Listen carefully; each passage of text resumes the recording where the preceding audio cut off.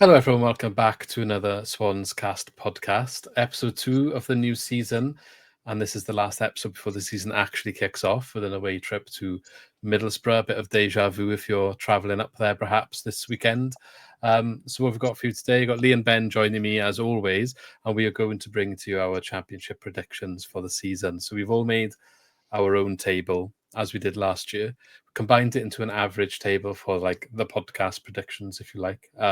We've also included John, who's like the faceless participant of the podcast. I'm sure you'll see him again one day, but he still haven't got over his prediction from the Steve Cooper era. What prediction was that? He said we were going to smash Huddersfield 4-0. I think we lost like 4-1 or 5-1 or something away. Basically guaranteed us a win. It was when Jordan Morris snapped his leg. Yeah, it was that game. Yeah. Oh, okay. It couldn't have gone any worse, and we haven't seen him since. We're still looking. But anyway, he'll be back, I'm sure. He's making noises about return, so I'm sure you'll be back soon. So there's the four of us combined. We're going to talk about some of the recent news before we get to that.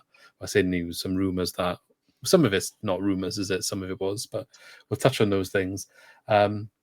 Am I missing anything else? I think that's pretty much. No, I think transfer news is pretty light. I think the mood is switching a bit. We've had a successful summer up to this point, but there's been a couple of perceived failures in the last week or so. People grown impatient. Borough a week away now.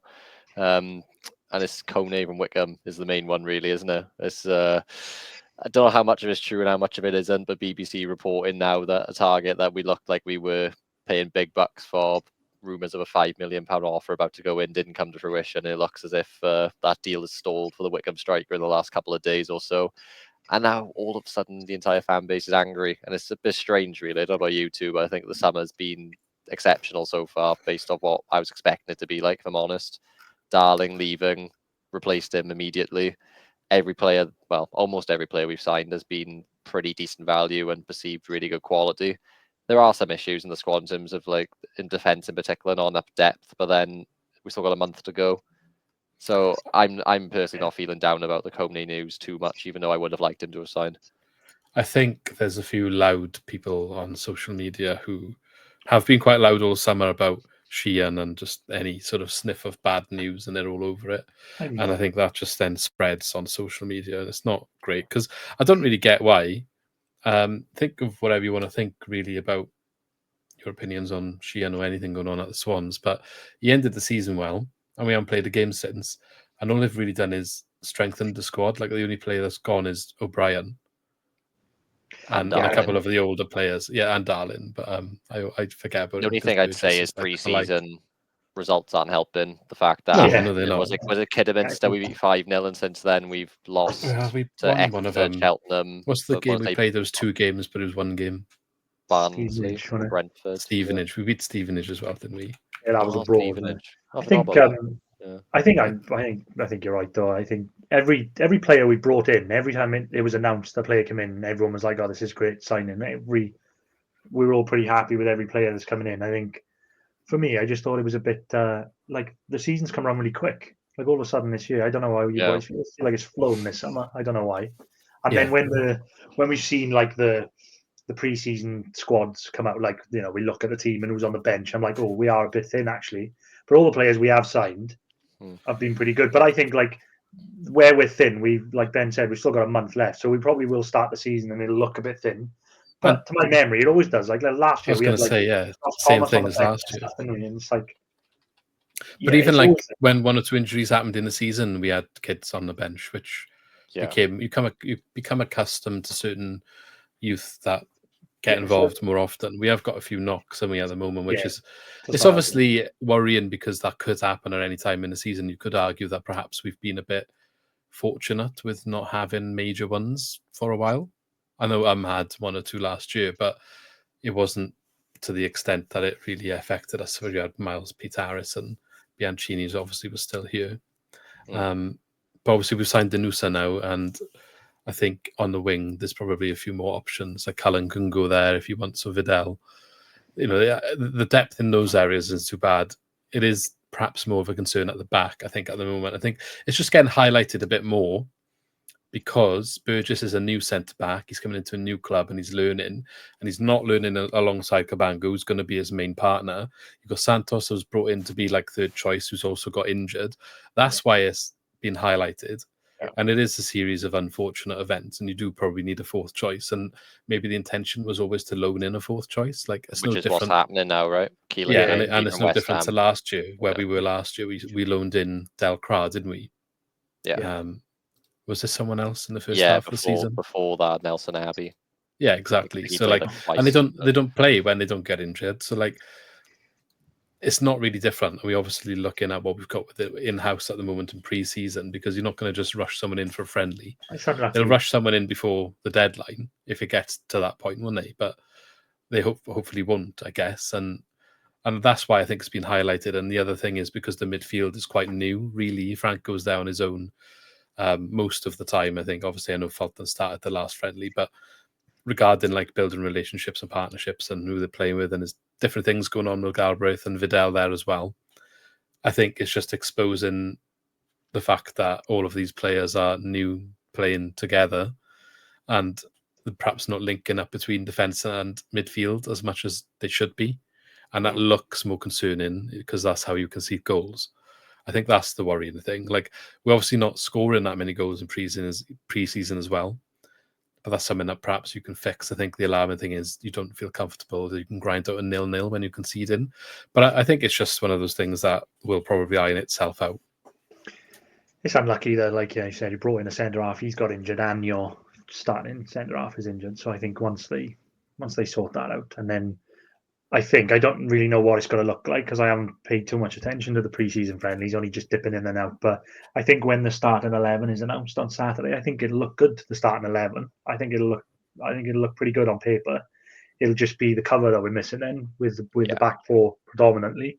But they'll buff that up between now and the end of the window. For the immediate short term, Vopotnik, I think, has hurt his toe or something as well, so he'll probably be out for a couple of weeks. So it's just going to be Cullen up front for now, but presumably there'll be another striker on the way, so we'll have... Oh, Wales will be on the bench, won't he? Yeah, it's just...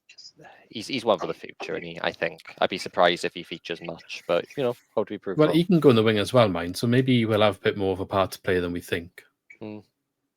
Remains to be seen. I just think 300k, and he was at Kilmarnock. How old is he, though? He's 19. Like 22, isn't he? Or 90. Fair enough. Yeah. Fair enough. And in regards to friendlies, last thing I want to say is, like, if we're comparing ours, we haven't won a great deal of them. Coventry have won one, and they're a team that are tipped to be quite high up by all accounts. Their win was against Bristol Rovers. And Middlesbrough have basically drawn all of theirs, who were our first opposition, and they're struggling to score as well. So, it literally means nothing. You can't read into anything from it. We could go and win this game now against Middlesbrough, which will be against the form of our friendlies, and no one's going to bat an eyelid at those results anymore. So we just have to see what happens on Saturday and go from there. Yeah. Anyway, shall we get into our 1-24s? Yeah, did we mention about McBurney before we get there? Right, yeah, McBurney's going Hull because apparently the EFL think is fine for a club with a transfer embargo to be signing like 10 different players. What's the reasoning for them to be allowed to do that? I don't get it. Wave the magic wand and it says yes. I can't tell. So all I know is that they're signing like McBurney, they're signing Ajayi, they're signing players that like Lundstrom, was it? Well. They just shouldn't be able to have under an embargo, really. But there we are. Yeah, McBurney's issue was the signing on fee that he wanted, wasn't it? Yeah, so they probably just buffed up his salary as a result of it. They probably just reworked the finances. They've been negotiating with the EFL, I believe, as well. So. Is anyone the same as me? I've just not been excited at all at the mention of McBurney. I think it'd be a good sign if he's 29 and they were on about like 20k a week for him. It's just too much. I wasn't. Yeah, I thought it was a lot of money to pay. Like, great, because like I know like he's loved by the fans and everything, but I just feel like it's not one I was overly excited about. I'll be honest. I think he would have suited the system that we're playing now, and I think what has put people off is since he's left Swansea, his goal scoring return wasn't what it was at Swansea, which was under Graham Potter. But I don't think his role within the teams he's been playing has been the same sort of role to get that return. But he's been effective nonetheless in other ways while he's been at those clubs. I don't like Las Palmas wanted to keep him by all accounts, even though he scored only a handful of goals there. The fans seem to think he had a good season. I'm not trying to say like I think he's be all and end all. I think he would have been right for us though, but yeah, not for a stupid amount of money if that's what it would have taken to bring him here. Mm-hmm. And did he finish on Kone as well? Yeah, just we're not fully out of the run-in, but it doesn't seem like it's going to happen. But equally, nobody's agreed a fee for him. The interest from Leicester, that's meant to be, us and Leicester being put head-to-head against each other. Supposedly, they haven't had a bid yet. So until he's at somewhere else, it's not done, is it? But it seems like we've just moved on now because we're tired of Wickham, playing hardball. But, they're allowed to ask what they want from a player. We had the same in January. Yeah, he's got a year left on his deal. He's had one proper season of football, and he did really well, but only one season of evidence to go on. Yeah. And at the end of the day, he is in League One for a club that everyone knows has to sell him financially. Like he is going to be sold. There's no such thing as keeping him. There's too much money for them to not get for the player, particularly when he had a poor second half of the season because of the managerial switch at Wickham as well. So who knows? Who knows where he'll end up?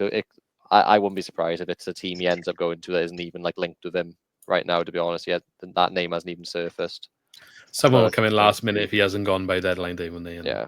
People are raving about him. Don't get me wrong. Like when I first saw the name, I was like, didn't really get it. Why is everyone so hyped? But people who have watched him, it goes beyond his goal tally. But also, if you do look at his goal tally, out of his 18 goals last season, I think 16 of them came in the first 28 games or something. Yeah. Then the manager moved up to the Championship. They had, I think it was Bloomfield, and fell apart after that. But plenty of people are really excited about his potential, just as much as they are about his current ability. Yeah. Last bit then, we by all accounts sign in is the centre back from West Ham? Yeah, West Ham, Keelan Casey, I think it is. Yeah. England under 20 international. Doesn't seem like he's going to come in and tear the place up, but much needed depth and comfortable playing out from the back. He's going to be if Potter is loaning them to us. And keep in mind he's at West Ham, Graham Potter. So yeah, it's colour, isn't it? Yeah.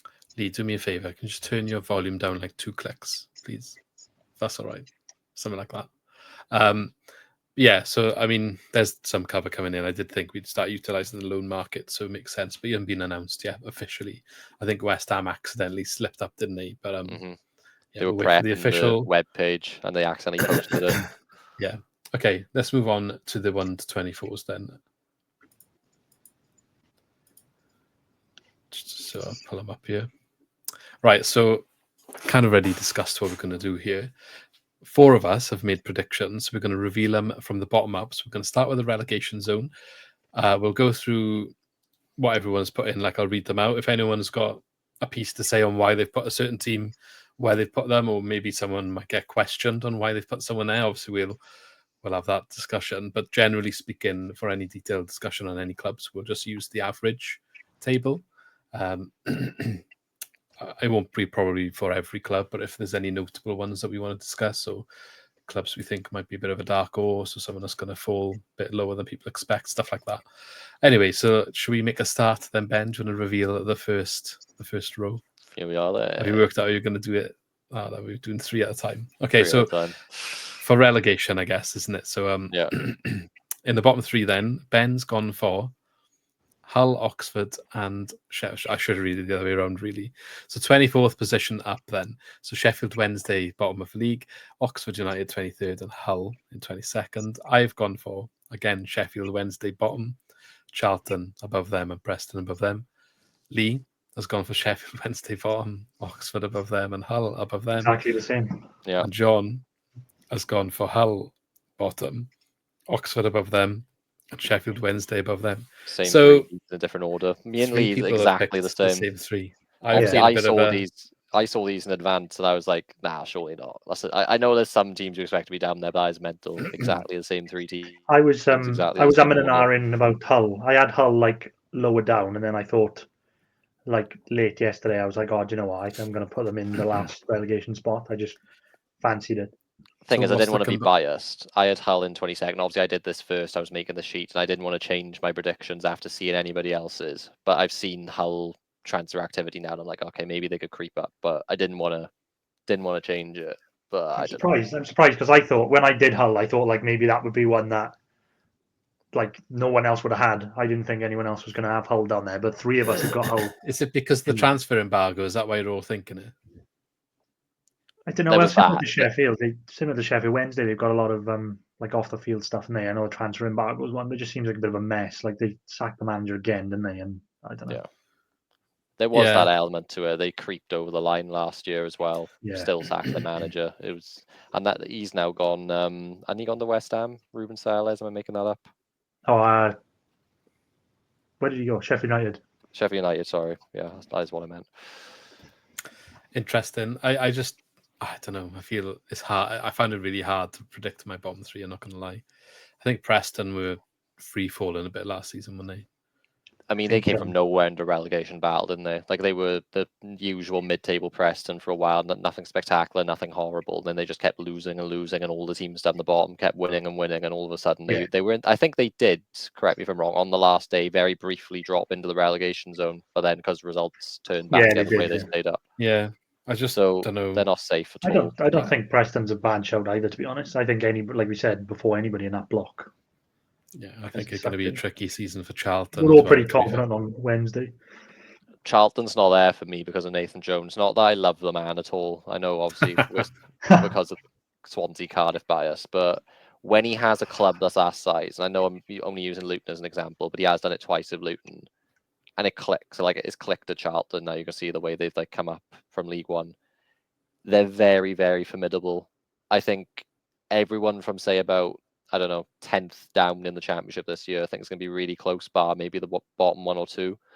So I think Charlton, for the vast majority of games in the Championship, they're going to be in the games. Like, that's just the way they play. They grind out results, and it just means that a lot of losses turn into draws, a lot of draws turn into wins. I don't think that, well, you'll see where I put them now. I don't think they're necessarily going to be fighting near the top or anything, but I just can't see them going down, if I'm honest. Fair enough.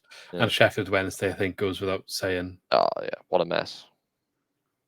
Apparently their game is going to go ahead this week. They reckon they can field the team. So, I mean, what have they got? They got 15 contracted players left. They've had a few already mutually terminate their contract. Is that first team? Or was that include their youth or what? I don't know, but I know Barry Banner's just signed on, which is unreal because they're not even getting paid properly. So I just think he's trying to show some loyalty, isn't he? More than how has that happened though? I mean, Wednesday, a pretty big club as well. It's the owner, isn't it? It's just I know. It's when people cried about our owners and stuff, I mean, that's the perspective of that's the bad. That's the bad. Like, we weren't the good, but that's the bad.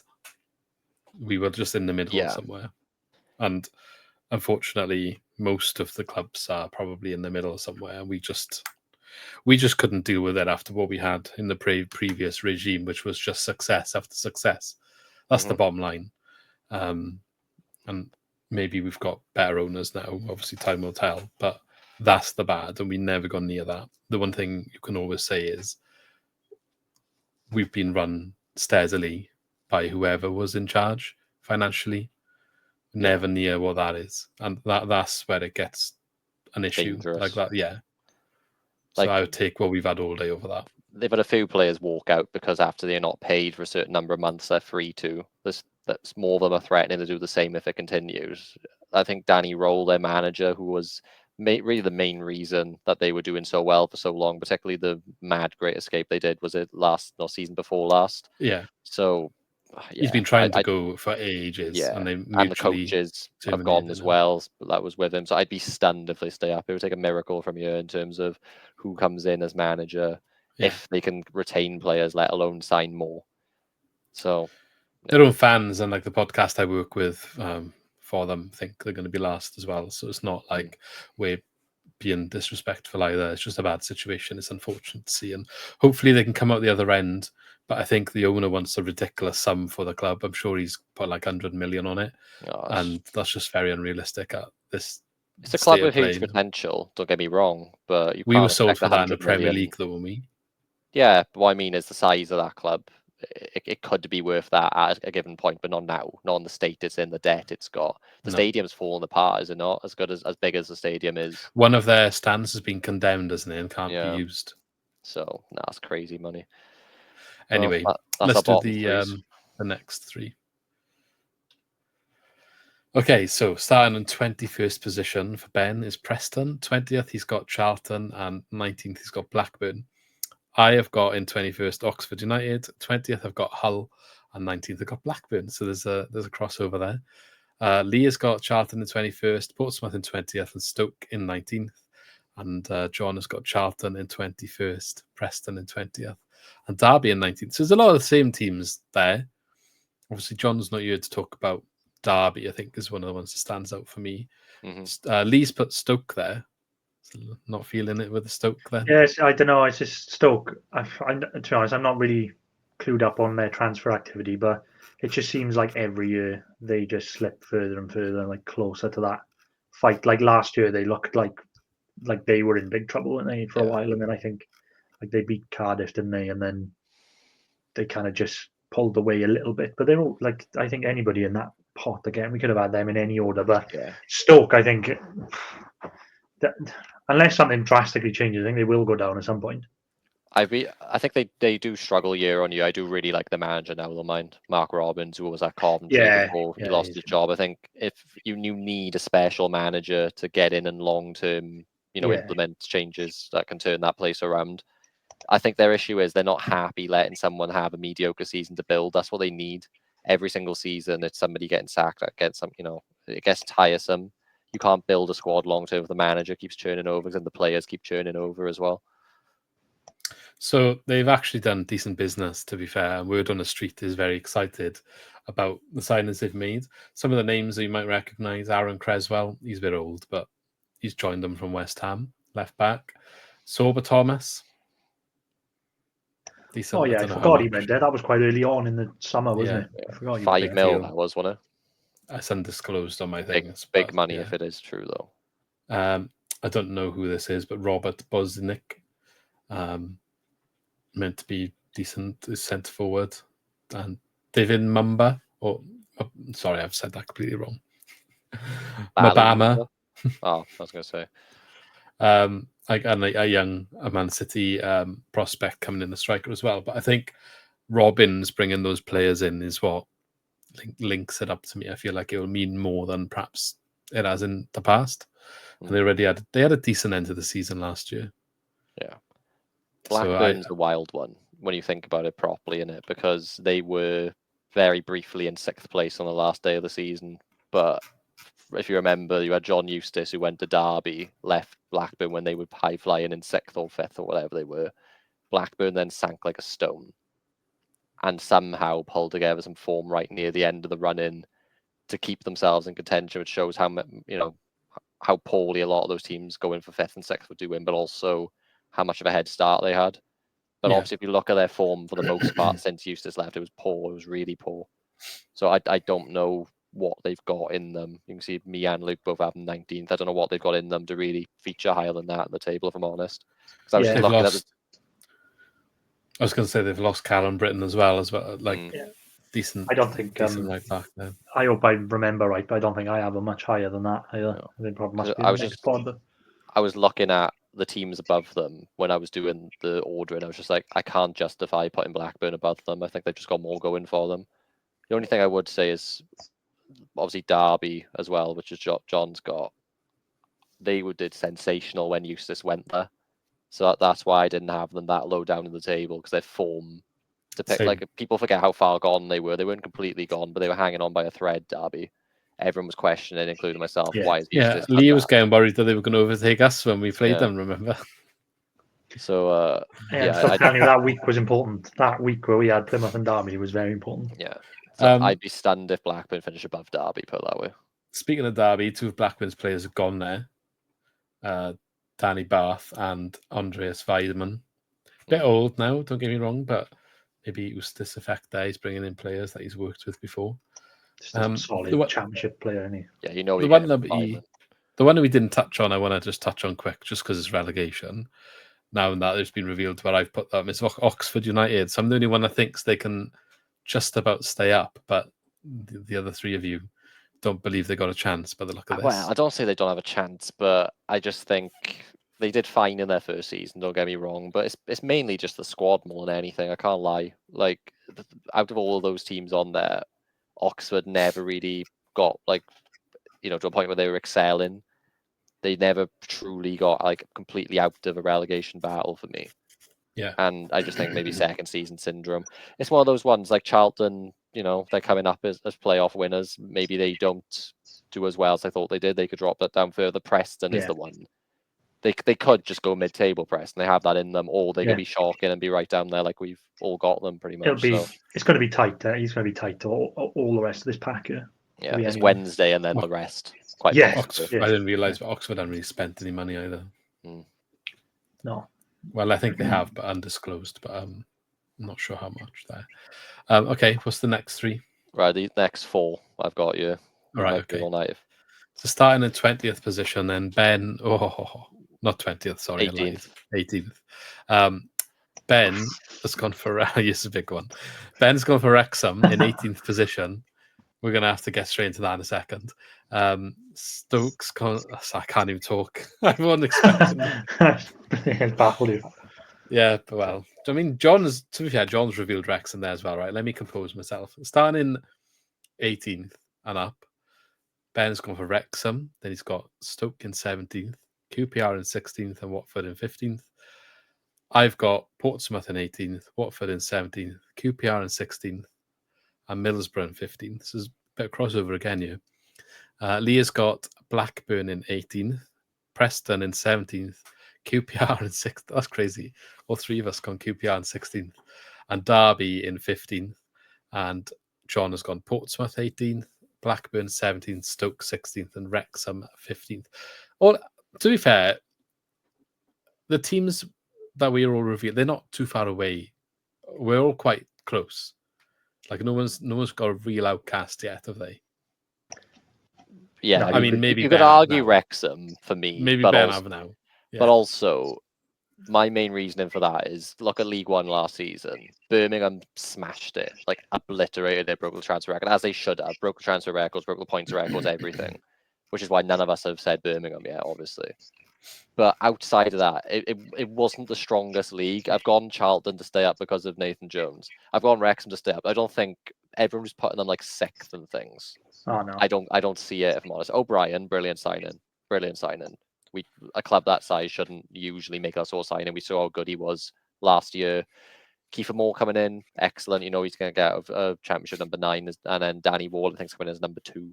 So I'm not saying some of their business hasn't been incredible, but they've gone up the league so quickly. People forget, like, they see a lot of these names and they know them from like the documentary and things. These aren't seasoned Championship players, a lot of them. In time, maybe they will be, but it's such a jump, and they've done well to keep up with themselves. Like a triple promotion has never been done before. But 18th, I think, show me a Wrexham fan who would be unhappy with that, honestly. When's the last time they've been in the second tier? One's on Twitter, probably. Yeah, true. But when's the last time they've been in the second tier, right? Honestly, I there think may be more signings to come. That's the difficult thing with Wrexham now. Given a month, and they could have like Jamie Vardy for all we know. Yeah, they signed Connor Cody as well, didn't they, this week? Yeah, so they got Lewis O'Brien, Connor Cody, Ryan Hardy. They're becoming a bit like the MLS. They're becoming like the MLS of the EFL. Nathan Broadhead's going there. It's some of those signings are just a graveyard for people who used to be good. Like Connor Cody. Have you watched him play recently? It's not Connor Cody from 4 years ago. No. The problem, probably won't say too much about Wrexham. I'm going to see where I got them, but the problem is like I just think there's so much of an unknown. Normally, like we've got like Charlton there, like maybe just staying up or just going down. Normally, you've got 3 teams like that coming up where we're kind of confident that you'll be like, oh, they might just stay up or they might go down.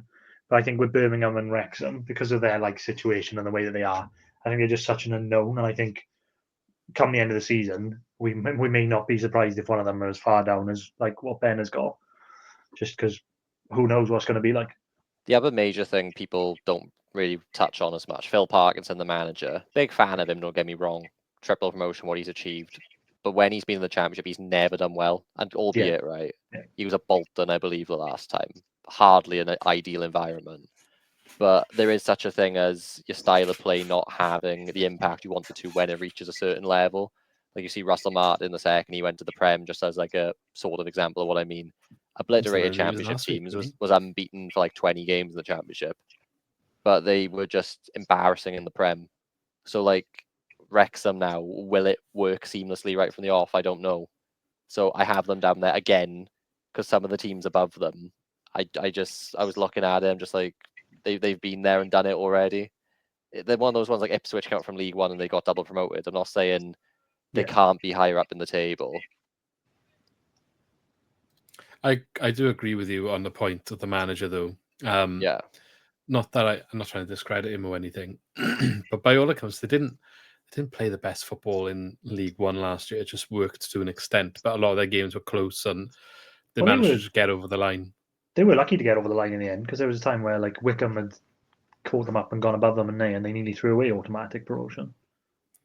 Yeah, I think they. I'm not sure their style of football is going to necessarily hit the ground running in the league. But then they might change it with some of the players they've come in. They might change it. It's too much of an unknown. I know like they've got loads of money and they've signed all big names and everything. It's just sometimes it works, sometimes it doesn't. So it's just, and same with Birmingham. I think it's just going to be a massive like, let's just see what happens.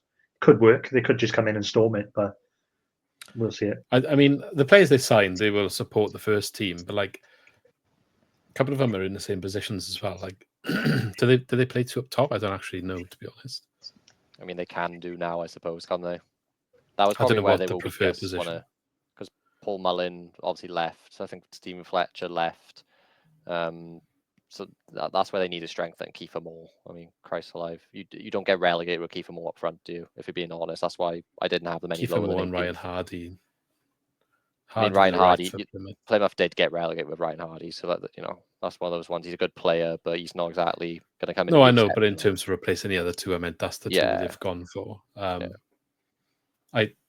Is Kiefer Moore still the Kiefer Moore of old, though? No, he's not.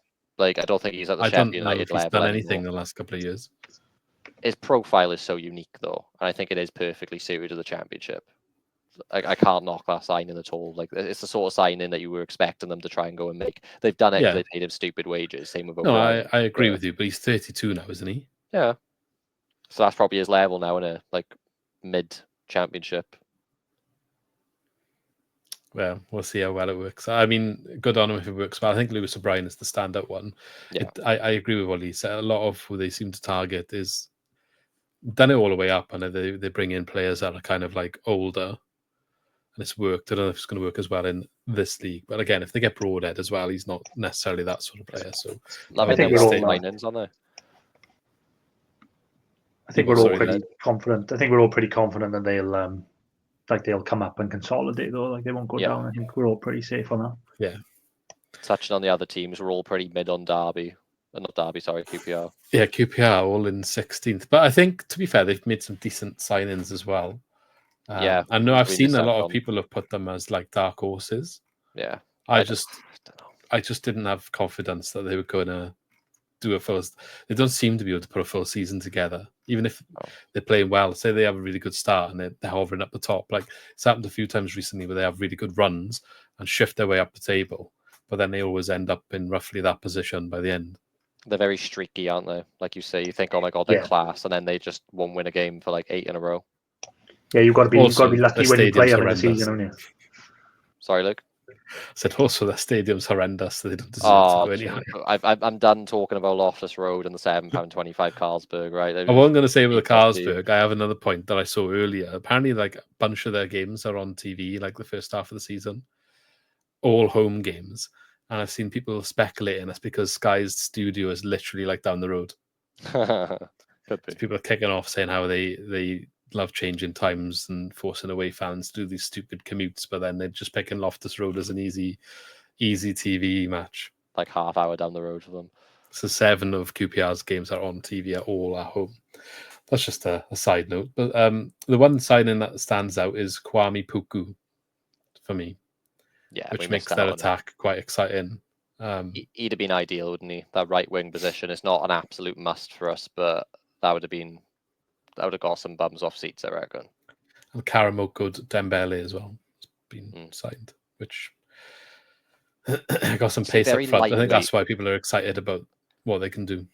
They'll be very good on the counter attack. I don't know about like slow building, plays. But that's what's worked recently in the Championship, though, isn't it? We'll see. I don't know. I don't, like I said, I don't think they're going down. I'm just not.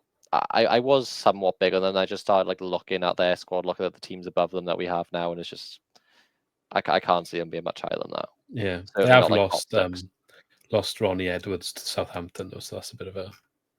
But I think it's end of loan, isn't it? But I think that's a bit of a hit for them. Anyway, anything else there, or should we reveal the next lot? Only that you had Borough lowest out of all of us. Okay, I don't know where you guys have put Borough, but it's just I don't rate Rob Edwards. I'm going to be honest. Neither do I, but I do rate just Borough in general. But they've regressed the last 3 seasons under Carrick. Like each season they finished lower, and I just they've got similar squad depth issues to what we have got. I just don't know. I just don't know if he's going to be able to go that. And he's trying to change them to a 3 at the back when they've been set up for 4-2-3-1 for like forever. Not saying he can't do it, but I didn't want Rob Edwards to come here when he was getting linked with us, and he seems quite one-dimensional. Rob Edwards, isn't he? Yeah, he's got to go there and build his own thing. He did well for a period at Luton on the back of the previous managers, whatever they'd already built, and then you replaced them. But now he's starting from scratch, and I just don't know if it's going to work out. I wouldn't be surprised, and I don't want to eat my words on Saturday, so I'm being careful what I say, but I wouldn't be surprised if they have a bad start to the season and he's one of the first managers to go. Fair enough. You know, if that happens now by like October. Like it. Yeah. Right, should we move on to the next that's my ball, thinking. then? Yeah, go on, next one. So in 14th place, we've got Portsmouth for Ben now. Portsmouth in 14th, Swansea in 13th, Bristol City in 12th, and Middlesbrough in 11th. I have got Derby in 14th, Bristol City in 13th, Stoke in 12th, and Wrexham in 11th. Lee has got Bristol City in 14th, Millwall in 13th, Swansea in 12th, and Watford in 11th. And John has got Wrexham. Oh, sorry, we've done that. QPR in 14th, Watford in 13th, Bristol City in 12th, and Birmingham. Oh, God. He's not even here to talk about it. That's very low for Birmingham, isn't it? Birmingham in 11th.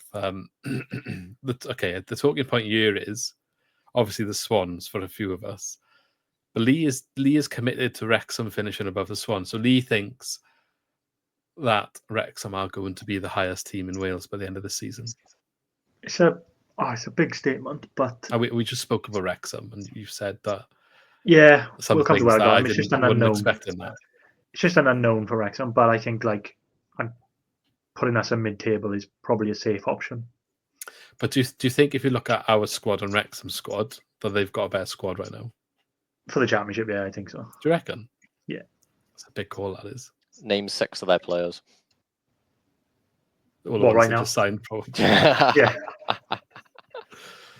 No, I think I think like the players who've signed, like Kiefer Moore, he's a good Championship player. I think you know. But like, okay, if Kiefer Moore's a goal scorer, how many goals has he scored in the last couple of seasons? I genuinely don't know. I'm asking. Not. The thing is, he's been at Sheffield United, and they've had like 5 strikers every season. So it's like, how often has he even played? 5 goals he scored for Sheffield United in 27 games. It's not many, is there? How many of them off the bench? How many of them starts? Yeah. I don't know. I'm only on Wiki. Ipswich 7 goals in 18 the year before. Well, that's half a year to be fair. That's decent. And the Prem. No, 24. Forgot he was at Ipswich. Second half of the season. So that was when they were going up, was it? Yeah. Bournemouth the year before, 9 goals in 39. So not.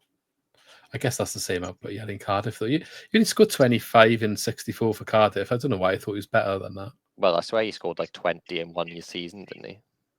Well, so my point is, and I'm not saying he's a bad signing, but I feel like he's one that you can't rely on him to get you 20 goals. That's what I'm trying to say.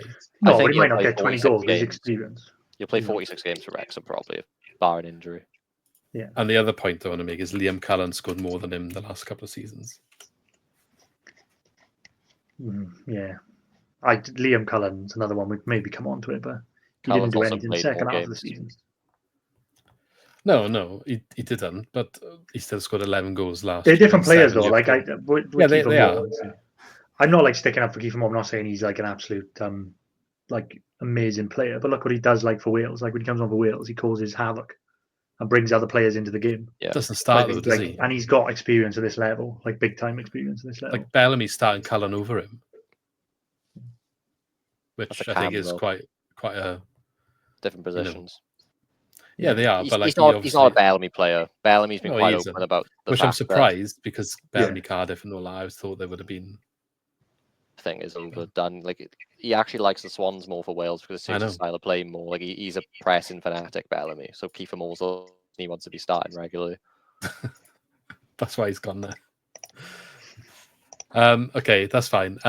Anyway, so Swans 13th and 12th, right? So yeah, Swans 13th for Ben and 12th for Lee, and me and John have not revealed our positions yet. What's you thinking with the Swans then, lads?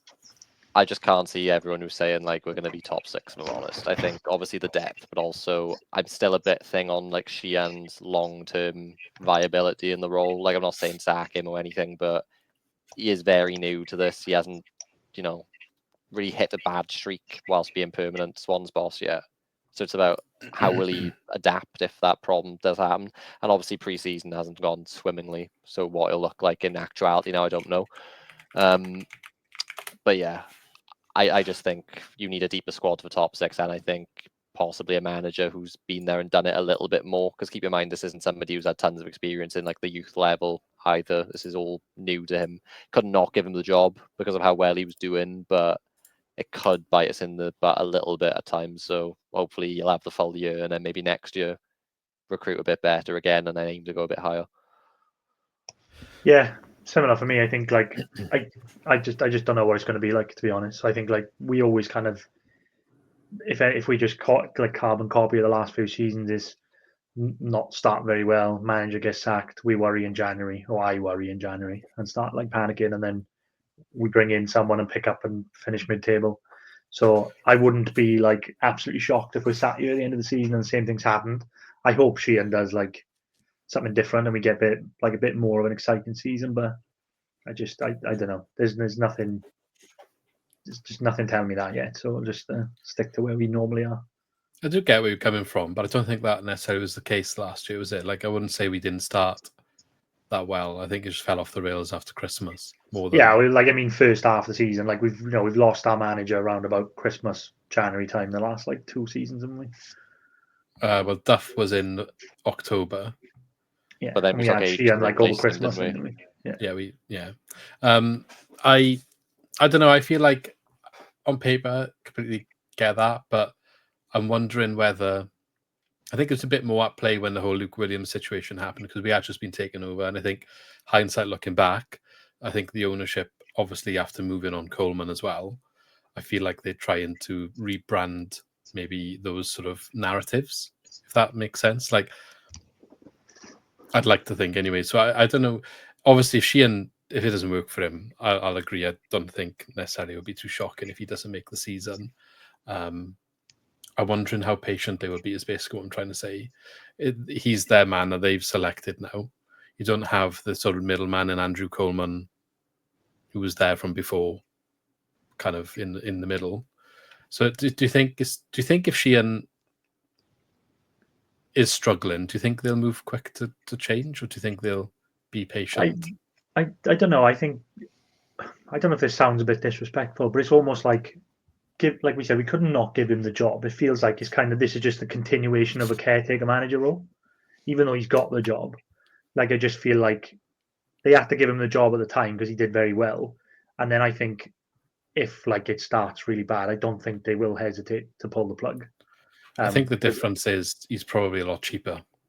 If we got to pay him but out. I mean, like he did well, and I don't want it to sound really bad because I was like more than happy that they gave him the job, and I'm more than happy that he's starting the season as manager. I just feel like he came in as a caretaker and he's kind of just like been given the job, and it's like a continuation of that. Yeah, and I think if it really goes south, I think they've done well in terms of like the players they brought in, so that they may like I don't know how clubs operate, but they may already have like a list of potential, which sounds really bad, but they may already. They probably already have contingency plans all the time, though, don't they? I would imagine. That would be the sensible thing to do in football. We didn't end up, did we? Because but that was previous ownership. Yes, but this is what I'm trying to say, though. These guys are a lot more switched on. I wouldn't be surprised if there's a constant list of, say, like 10 people that's just constantly like evolving as like the months go on, to be honest. any club should do that, because your manager could get poached. They're not necessarily going to get sacked, are they? Yeah. To be And stupid, I hope he does well. I don't want it to sound bad. I hope he does really well. It'd be great if he comes in and carries on that like form we had at the end of the season. That'd be amazing. But yeah, I just think again, it's just a massive unknown, because like we said, our like results at the end of the season have been the same anyway. Like our form at the back end of the season has been like exactly the same over the last like 3 seasons. You made a chart, didn't you, and showed it to us. Yeah. It's like the trend line for like how we start, how we do in the middle, how we do at the end has just been the same across 3 managers. It's crazy. Yeah. So it just depends now whether or not like Sheehan comes in and changes that. When we, like you said, we saw that graph where our seasons have been carbon copies for the last 3-4 seasons. So let's just see. Hopefully Sheehan changes it. But that's why I just stuck him there, because I thought safe option. I don't think it's wrong. I don't think it's too wrong anyway. 13th and 12th, like, it could easily be that. I would probably take but it. My question is, if that is the case, that we're on course for 13th or 12th, yeah, considering we finished 11th last season in a season of turmoil, and now they've kind of backed in with a bit of spending and some prospects and stuff, how do you think the board will feel about that? In regards to Sheehan keeping it, do you think if we're finishing in 13th or 12th, Sheehan is there? Yeah, as long as there's signs of progress, because not being funny, 11th is such a false positive. Yeah, it was. Yeah, that was not a typical 11th season by any means. We were in a relegation battle, a proper relegation battle in February, late February.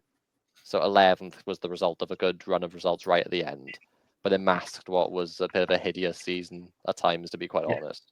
When the Matt Grimes saga happened and the transfer window fallout, and we lost at home to Coventry, I was like, this is the worst we have looked since coming down.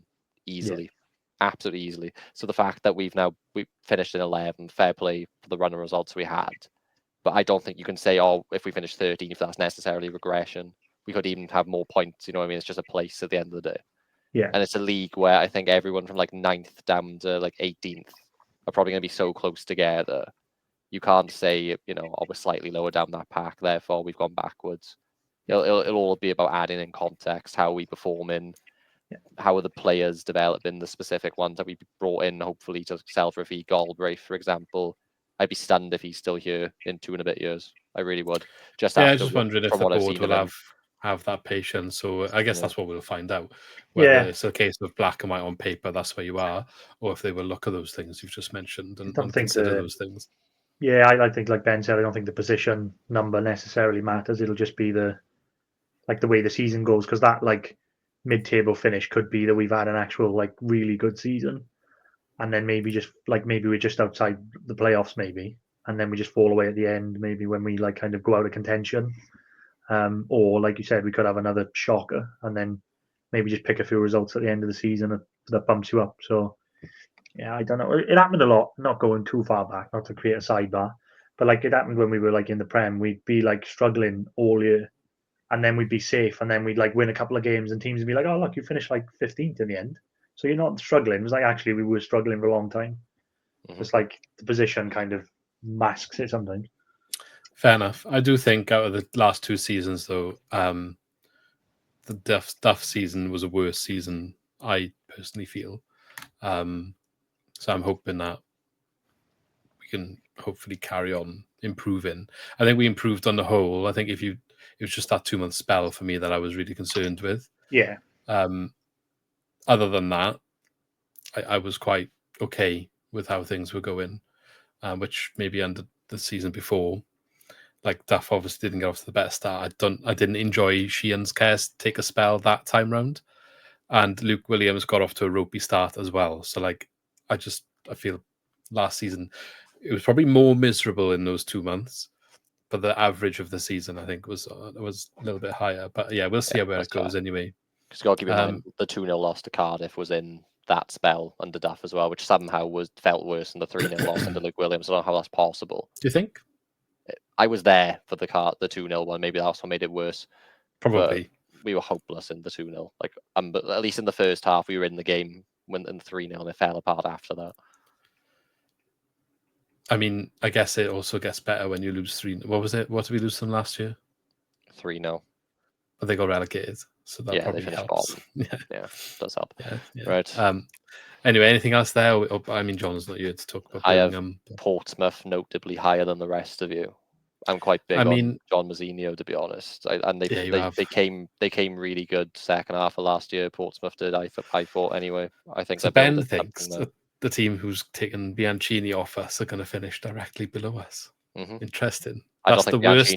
That's the worst bit of transfer business ever if that happens. I don't think Bianchini's going to play for them much, if I'm honest. I think they want him as a winger. They'll see what he's like, and he'll sit on the bench most games. But we'll see. Fair enough. He got an assist in his first. Good for him. I just think he's a striker, and I think he genuinely would have been better off going to like a high-end League One club. I think he needed that, if I'm honest. But yeah, there we are. I think so. Do we think he'll be back in January? Depends if they've got a recall option. I don't know. Well, they could send him back, I think is what he meant probably. Is it? It happens a lot now, doesn't it? It used to be like loan and that was it. But now it just seems to be like January, everybody goes back. It's like he comes back and goes back out to French second division, maybe. I don't know. How much we paid for him in the end? Like 2 million? Okay, almost maybe half he's the next Jerry Yates and he's going to have a year on loan and he's going to go somewhere probably.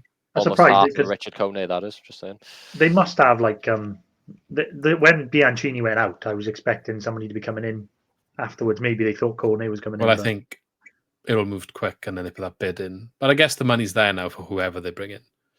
Well, yeah, they've cleared the wages of the big one on Yates, I'd say, because he was on like just north of 10k a week. Yeah. Hopefully, what's his name, Janelli. Hopefully he goes out on some sort. Watch him be on the bench now on the weekend.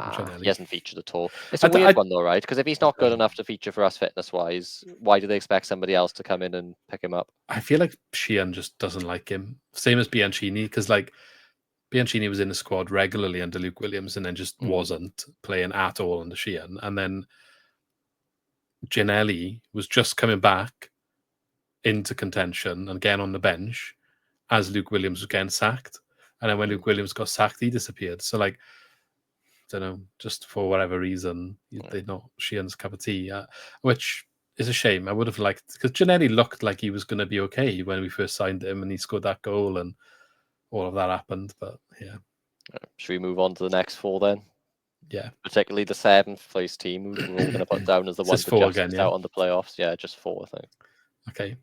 So in 10th, Ben has got Derby. That's high for Derby. Well, compared to the rest, I mean. West Brom in 9th, Birmingham in 8th, and Millwall in 7th. I have got Swansea in 10th. Yeah, I was working out if it started at Wrecham, Swansea. Swansea in 10th, Birmingham in 9th, West Brom in 8th, and Leicester in 7th. And Lee has got Birmingham in 10th, Middlesbrough in 9th, Wrexham in 8th, and sorry, you put Wrexham above Birmingham. Wrexham. Anyway, so West Brom in 7th. Sorry, distracted me again. And John has got Middlesbrough in 10th, Swansea in 9th, Millwall in 8th, Norwich in 7th. So Swans, the most optimistic person on the Swans is John. It's fair play, John. I hope that you are right. There's only one place above me. To be fair, we're all within like what, 4 or 5? Yeah. So we're going to probably, in the last couple of years, where we've been in there, like slap bang in the middle, and it could be anywhere in there really.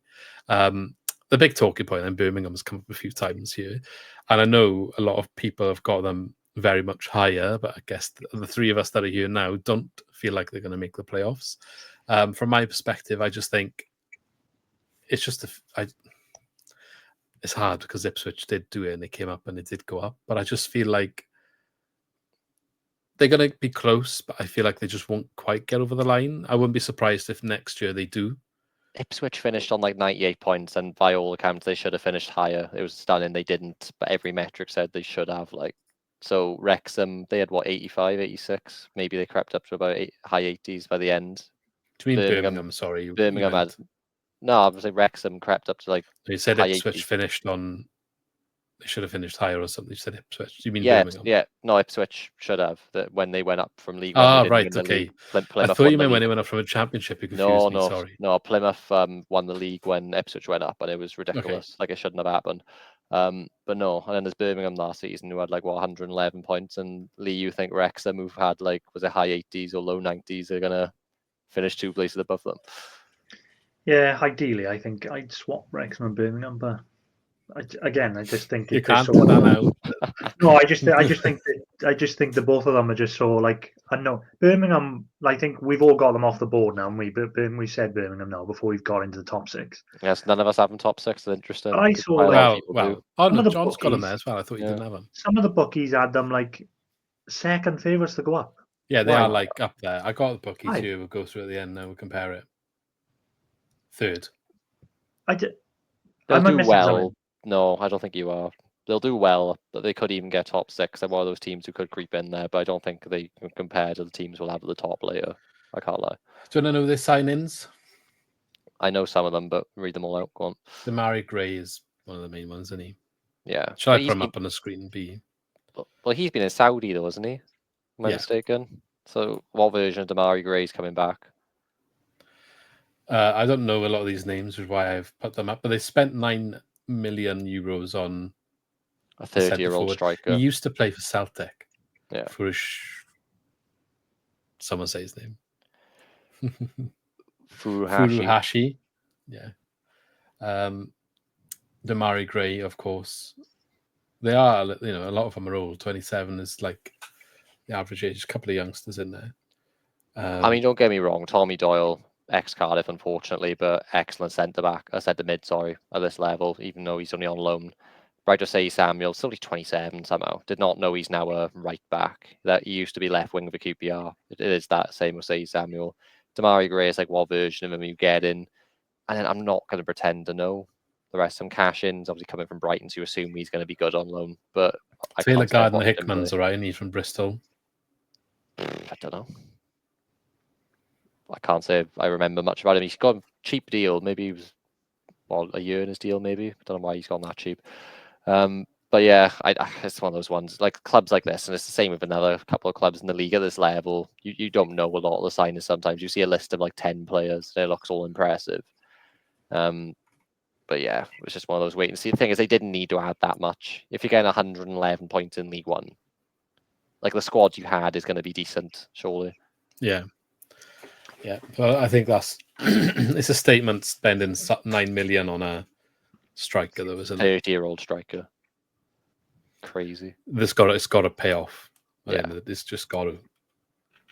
Otherwise, yeah. Well, anyway, one big one I just wanted to flag is that Luke has recently relegated Leicester in 7th, so missing out on the top 6. Big goal.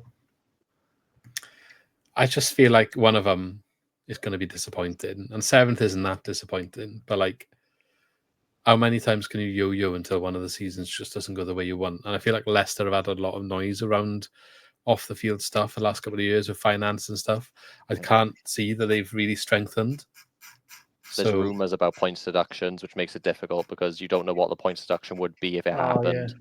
The reason I didn't know that, to be fair, so that adds to my argument now. Thanks, Ben. The reason I don't have them that low is if you look last year, Burnley and Leeds finished on 100 points, both of them. So if they had a 10-point deduction, they still would have had 90 points. Yeah. I'm not saying Leicester are going to get 100 points, but you get my point. Like when you get to those upper echelons of the table, a 10-point deduction isn't necessarily going to knock them down that low. So no, but I think maybe it'll be enough to see a miss out on playoffs. Depends. I just think some of their players, like we forget the gap to the Prem and the Championship now. You say they haven't really strengthened much. Who have they lost? They have Jamie Vardy, Danny Ward, Danny Connor Ward's Cody. Playing. Connor Cody's passive. Vardy, fine. But then also, how much longer is he going to be able to carry on doing what he was doing? That was going to happen at some point. I'd also just say the gap now, like Burnley came down last season. Everyone's like, Christ, they have to sell this player, that player. They have this much debt. And you look at the squad they had left, and it's like they still had a ridiculous squad. They signed quite a few players towards the end. There was also a fire sale at Burnley, and they still ended up on 100 points. It's just from the Prem to the Championship, and that was crazy. Part of my reasoning with Leicester, though, is like when they went up and they did really well, and I think they were quite secure, like, I mean, they nearly fell away at the end, didn't they, actually, when they got promoted? They were very clear, and then it got very close. Like, they did a good job of trying to bottle it, but they didn't. Yeah. But they lost their manager then to Chelsea, didn't they? Mm-hmm. And I feel like they haven't been able to find a manager who suits the club since. You say that as the Leicester that have been in the Premier League, though. It's been 1 year. Yeah, it might be harder to do it in the Prem because you're under a lot more pressure and they're reacting to the fact that they're going to get relegated. But I feel like that's instability now. Whereas they came down and they built something that's not there anymore. So they might have all these players still. But I think part of the reason all them players clicked so well is because of what the manager did. And he got rewarded by going to Chelsea. And he's still there. He's done a decent job there even. So I think he had a good impact on them when they went up that time. I'm just not sure about them. And I feel like not all three are going to finish in the top 6. And they're just the one that I felt were the ones that were going to miss out for no good reason, really. It's just what I feel. But I think you're right. Like, I think some of these teams now, they what they do now, they go up, don't they, and build for like relegation almost, and they build like a really good championship team that comes back down. Like, they sign quite a lot of players when they go up, but still not good enough to stay up.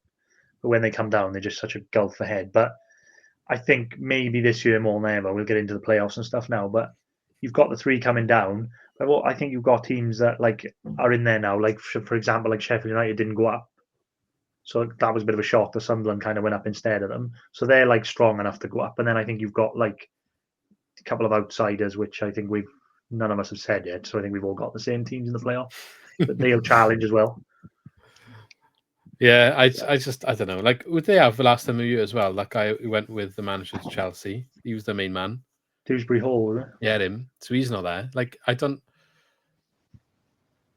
Maybe Ben can enlighten me and tell me who their main personnel people like Mavadidi there still. Yeah, I know. Who's the guy who's been injured for a year and he's just come back now in pre-season and basically just scored. I don't want to say a Maradona-esque solo goal, right? But if you watch, I think it was for Tawu. It's like he barely featured last year, and now he's just going to potentially be let loose on the championship. It's like, I'll load up their squad now, or maybe you can load up their squad so it's on the screen. Let's have a look.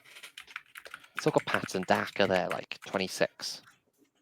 Jordan Ayew again, like, is he good? Is he a good, like? I'm not saying he's not bad. He's not bad. He's not bad, is he? But like, is he just like El Canouse? There's no way El Canouse stays, surely. But if he does, that's ridiculous. Do you think teams like the ones that got relegated? Do you think a lot of them haven't lost players yet because the Prem teams just haven't come in from yet? It's because they're not good enough for the Prem, but they're too good for the Championship, probably. They got relegated, and deservedly so, last year, Leicester. Same with Southampton. Ipswich did a little better, so that's why Ipswich players are getting a bit more interest. But that's the gap to the Prem now. You can go up and still have players that on paper batter the Championship, which I think some of these still do. But then they're still not good enough for the Premier League. That's the reality of it now. You've got to go up and get lucky almost. Everything's got to click into place. Like, you can do a massive risk like Forest did and just spend 300 mil or whatever they spent. And they nearly got Champions League. If that goes wrong, then you're getting relegated with a £300 million spend. It's just one of them. It's almost impossible. You've got to be an idiot to try it, but you've got to be an idiot to succeed at the same time. So that Ndidi's still there. I didn't realise he was only 28. Going. He's going. He's not on it anymore, to be honest. He's going Fenerbahce probably. But no, for Tawu, Mavadidi. If El Canouse stays, that's ridiculous. If you scroll down, Bobby Decordova, Reed, Jordan Ayew, James Justin. Harry Winks injured, was he? Suspended. It must be suspended. The defence even are not being funny. I know we don't rate Wout. Bobby Reed's there. I didn't realise that. Yeah. I know we I don't rate him, to be honest. Wout Feist, I know we don't rate him, but he starts Belgium. Bobby Reed. Oh, right, Bobby Reed. Oliver Skip's still there. Vestergaard. I don't know why. Chowdhury. Yeah. Is he good? He was on loan in the Championship last year. He was on loan at Sheffield United. He was covering a full-back. Jordan Ayew there. Yeah. Again, he's 33. Like, are we worried about a Jordan Ayew 33? It's just the quality of this level. Like I said, they're not good enough to be like anywhere near Premier League. But the gap now is huge. Like, I remember when Leicester were down, obviously not last season, the season before, and they played us down here, and I was just thinking, this is ridiculous. And the players they were bringing off the bench. Ricardo Pereira is still there. Yeah. I'm going to have a look at the team that they've played in the last friendly. McAtee on the way. Is the other one from Man City? Different one. That's McAtee. Oh, McAtee. Yes. Oh, Jordan Ayew started striker for them in their last match. Skip Ricardo Pereira. But like, Jordan Ayew, 33-year-old as striker, surely that's not like Like I liked Jordan Ayew when he was down here, but coming to the Championship at 33. If he plays 46 games in the Championship for Leicester, he gets 15 to 20, doesn't he? Surely. I think he'd come down to Liberty and prove you wrong, Luke. I can't lie to you, but we'll see. Yeah, I'm not saying he's awful. I just feel like compared to the options some of the other teams have got up front, I just wouldn't put him as. Do you think he's going to be in contention for top goal scorer? No, I don't think you need to be in contention for top goal scorer to be a havoc at this level. I also don't think he's necessarily a striker every game. I think depending on who they'll have available and if they sign anyone else, such as Kone, because they are linked with him a lot, then he drifts wide, Jordan Ayew. And he does well when he drifts wide as well. Well, I mean, maybe that's the reason they're linked with Kone, isn't it? Maybe they haven't got a striker that they're happy with being first choice. Yeah, well, we'll see. We'll see. Should we move on to the playoff teams? Yeah, there's nothing else you wanted to mention with those. Just that I've got Derby in 10th because I rate Eustace. That's about it. I mean, I rate him too. I had them in 14th, so I think they're going to have a decent season. I think they'll build on what they ended the season on. I think they'll be quite safe in the middle somewhere. Yeah, none of us have him particularly low apart from John, and he's not here to defend himself, so we won't grill him in his absence. Anyway, playoff teams. I'm not going to lie. I'm pretty sure. Look, these are all going to be very similar, but we'll see now. One thing we did mention about Derby before we move on is they signed Ryan Brewster, didn't they? So that's an interesting one. Shows where they are. Brewster, okay, so 6th position for Ben then, Sheffield United, Norwich in 5th, Leicester in 4th, and Coventry in 3rd. I've gone for Millwall in 6th, Coventry in 5th, Norwich in 4th, and Sheffield United in 3rd. Lee has gone for Norwich in 6th, Coventry in 5th, Sheffield United in 4th, and Leicester in 3rd. And John's gone for West Brom in 6th, Coventry in 5th, Southampton in 4th, and Sheffield United in 3rd. We're not really that much different, are we? The only one I think that stood out that we all kind of picked up on is Norwich, isn't it? Like Norwich kind of bursting in. They're not as much of a dark horse as people think anymore, is the thing. I'm not going to pretend to know everything about each of the players they've signed, but just listening to people who know what they're on about, they've had a stormer of a summer. An absolute storm. So they've signed that. Is it Jacob Wright proper now? Or was that part of the deal? I think I was loan with an option to buy or obligation to buy, which has now come through. It was obligation. That's what we were all raving about it, wasn't it? Yeah. It could even be worth pulling up their transfer business as well, to be honest, just to see the scale, because the money they've spent as well spread across multiple people. I know 25 million. Yeah, I know one striker they've signed in particular. People are raving about. Darling's gone in there as well. Yeah. Is it Kit Larson or something like that? I mean, it makes sense why he's joined them now. You've seen the. Yeah, he's had this in his ear probably, and he knew. Manager as well. Manager exciting. Manning, got Fitzgarden. What's that? €8 million. Jeffrey Schlupp. Yeah, Darling on free. That is crazy, really. Yeah, I think again what I said. Dropping 9 million on a striker, but dropping 8 million on a striker. Did he have 1 year in his deal or something? Because I know you can't always trust the market value. 15 million, yeah, I was going to say. If you click, what was his stats last year? He's 23. He must have bagged 20 odd goals to be justifying that fee, because they were people who acted like it was cheap as well. Yeah, I will say if you scroll down and then go to, if you keep going down, and then click view full stats. 20 goals there. Well, you can click the season then. So where it says overall balance higher up, change that. Advert on the site to me. Yeah, click higher up and then change overall balance to last season. Here we go. Sorry about that, guys. I've got all the stats up now. 11 and 19 though. 23 and 38 with 7 assists is what I'm saying. I'm guessing there's a weird format in whatever league he came from. Oh yeah, the like the Scandinavian league split then, don't they, in two and have like another season. But 23 goals all competitions, 7 assists. 30 goal contributions of 38 games. Yeah, it's not 23 bad. years old. It's not bad.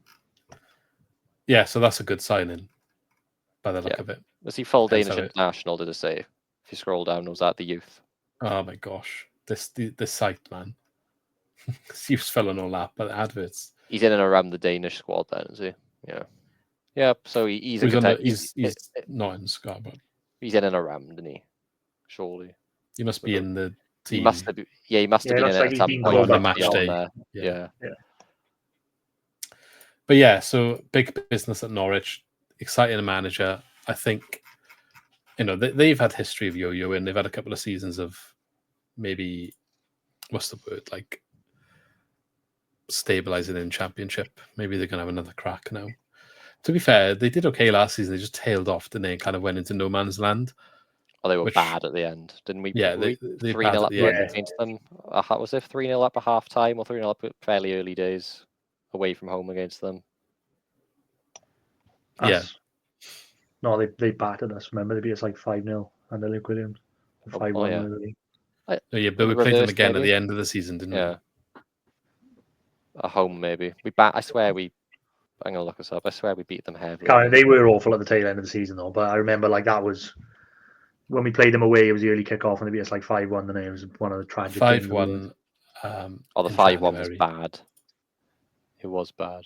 That was Grimes' last. I think you're thinking of the season before, Ben. I could be thinking of the season before. Actually, when they had Wagner. we beat them 1-0 at home in September. Yeah, that was when Duff had his good run, wasn't it? When we beat Norwich at home. No, that was under Williams. I'm on about. Yeah, I'm thinking of the season before. Yeah, we're all merging. I must be thinking of earlier. Yeah, see, all of our seasons. You're thinking of the season before where it was 2-2, but we went 2-0 up. I think. Is that right? Yeah, they did do shocking towards the end of last year, but yeah, the 5-1 was the. I'm remembering it fondly, and I shouldn't be. We were 1-1 in that game, weren't we? And then they just capitulated for the last half hour. Yeah, that's probably what you're thinking, isn't it? We did well until 60 minutes, and then the wheels came off. Big time. Yeah. Anyway, lack of knowledge on display on the podcast as always. We love bear with us, guys. But yeah, I think Norwich will have a good crack at this season. I mean, it'd be easy to pick all the relegated teams and Sheffield United in the top 6 and put Birmingham in there. Do you know what I mean? But it just doesn't always go that way. So I just thought Norwich was a team that would. Yeah, we all have commentary there as well. 3 of you have them in 5th. I have them as high as 3rd. I nearly didn't put them there, mind. I was really, really debating it because I was like, can Frank do it over a full year? I think they just they got a good team. They got to the playoff final the year before, didn't they? And then they got to the. Was it the year before? Yeah. Yeah, year before they lost to Luton on pens. Yeah. Last year they lost in the semis against Sunderland. That was about to go to pens. How often do you get to the playoffs 3 years in a row, though? Well, I don't know. But they seem poised, don't they? They've got the squad that's ready to get to the playoffs, haven't they? I mean, that's what I mean. That's why I put them there in the end. I think their squad is good. I didn't realise. I am curious how Frank Lampard will do over a full season. What do you say, Lee? Rushworth has gone there as well now, hasn't he? I think he was there already, wasn't he? They've just reloaned him. Right. I saw a video he put up with him and Grimes. Great. Yeah. Any thoughts on Cov, Ben? I'm a bit similar with Lampard, but I just think they've got probably one of the strongest squads, not necessarily the strongest 11, but they've just got depth pretty much everywhere. Ben's gone. Left back position, maybe they struggle a bit, but past that, they do. Sorry, we missed all of that. You cut out. Yeah. I was just going to say, I agree with you a bit. Frank Lampard, obviously, over a full season, but then you look at their squad, the 11 isn't necessarily as strong as the higher up teams, but they've just got depth everywhere. You say the higher up teams, you put them in 3rd. Yeah, the typical higher up teams. You've obviously got Sheffield United in 3rd. Don't spoil us. Well, people aren't. Come on now. There's 2 teams left, guys. Who are they? No. Okay, so you got Leicester. Well, I'm trying to work out. Has everyone got Leicester in playoffs except John? He's not here. Yeah, he's not here to talk about it. Sheffield United. All of us have gone for them in the playoffs. I think someone's already touched on that. They probably should have gone up last year, so they're probably in a good position to. No Wilder now though. They got Sellers in. Part of me thinks that's a good thing. I feel like Wilder might have been the reason they didn't go up. Wilder gone to Leicester. Did that happen? I thought they just sacked him, to be honest. I don't think he's gone anywhere, is he? Who's Leicester manager then? And there's still. I had in my head it was Chris Wilder. I think they were linked, only they didn't do it in the end. Marty Fuentes. Oh, yes. I remember now. Sorry, they were. I think they were like there was chat. It was going to be Chris Wilder, but then they signed him. Yeah. Yes, I do remember now. But has he got a good record? He was at QPR before, wasn't he? He was limited in what he could do. I don't think he's necessarily like an astonishing managerial appointment, is he? But could have done worse.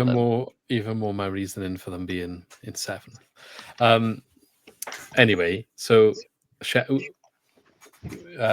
United, yeah, I think they'll just be good. Don't know if they're going to crack top 2, but pretty much a one-man team for me. I don't know if anyone remembers that playoff final. As soon as Gustavo Hamer came off, Christ, they fell off a cliff. Yeah, absolutely fell off a cliff. So if he were to leave, it cements that 6th as like the highest they'd go for me. I can't lie. Is he being linked away? Well, he always is, but then how much of it is actually true? If he's to stay, they could go higher than 6th. For me, I worry from their perspective. He could easily just get injured. He doesn't have to leave the club, does he? He gets they've loaned that Louis Barry. He had a good year last year. I'm excited to see him play. It's a big jump to go from League One to like the top end of the Championship. Mind to be expected to perform at the top end level, but no reason he can't, I suppose. They haven't really done anything else, mind. There's a couple of players, but no one's like standing out. A lot of it seems youngsters, to be honest. They had enough, didn't they? They had a 2-point deduction, didn't they? And they were in contention for the top 2, until they kind of fell off a little bit. And they've let go of Brewster and like Kiefer Moore as well. So they must feel stocked. Or maybe there's some business to come. Yeah. Brewster wasn't the level anymore, is the truth of it. If you look at his goal records, I think he's got like, correct me if I'm wrong, I saw something. I didn't know if it was just only 25, mind. I'm going to do this again. Pull up Brewster on transfer market. Look at his Sheffield United record. No, I agree with you. I think he's been ruined by injuries. But it's like, what I'm saying is, it's crazy saying he's not at the level anymore, and then he's only 25. No, I know. But what I mean is, you go 4 years of not performing, and you're not at that level anymore. You can see it on his market value. He joined Sheffield United and then just down every season ever since. Because what was it, 25 mil they paid for 15 million market value when he joined Sheffield United. Yeah. Now he's 3.5. I know you can't read everything from market value, but I know it's injuries, isn't it? It's just ruined him. They paid us 20 mil for McBurney, then paid 25 for Brewster. And it's like insane, to be honest. 45 million for those two. So last year, he scored 4 against goals. Us, did he? I swear one of them was against us. 4 goals. Yeah, it was, wasn't it? In 42 games. So he actually played full season. He did score against us, didn't he? It was in the one where Darling got sent off, wasn't it? Year before, he only played 14 matches.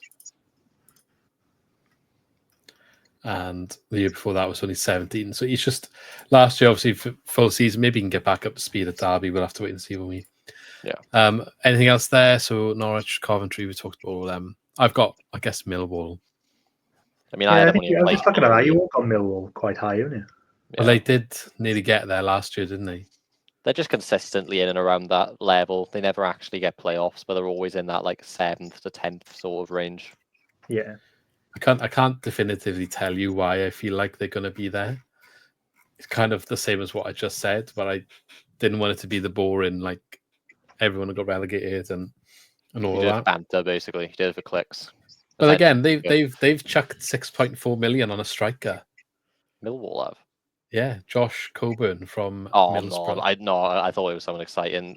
They haven't paid for him. They haven't paid for him. I've way brought down their average. You are? Because they've overpaid for him. I mean, I'm just saying, like, again, they're throwing money around, is all I'm saying. Kone's started for 5 mil. You're going out and getting Coburn, like. I said I've brought down their average big time because Ben's got him 7th, you got him 6th, John's got him 8th, and I got him 13th. To be fair, that probably puts them in a more realistic final position, though, doesn't it? Yeah, probably. Stephen Bender on a free, on loan in there. Bender. Yeah.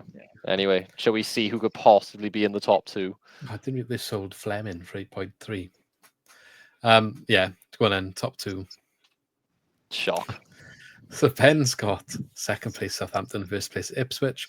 I've got exactly the same. Lee's got exactly the same. And John has got 2nd place Leicester and 1st place Ipswich. So everyone thinks Ipswich is going to win the league. Most of us think Southampton are going to be second.